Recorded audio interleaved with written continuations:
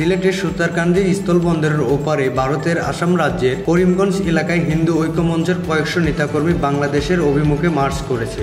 এক পর্যায়ে তারা বাংলাদেশে প্রবেশেরও চেষ্টা চালায়। এ সময় ভারতীয় সীমান্তরক্ষী বাহিনী বিএসএফ ও করিমগঞ্জ পুলিশের সদস্যরা কাঁটাতারের ব্যারিকেড দিয়ে তাদের বাধা দেয়।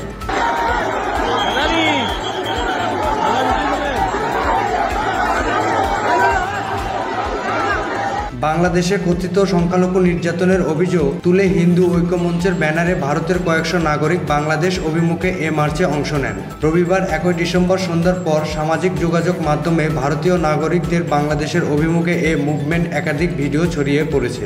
এরপর থেকে সিলেট সহ সীমান্ত এলাকাগুলোতে তোলপাড় শুরু হয়।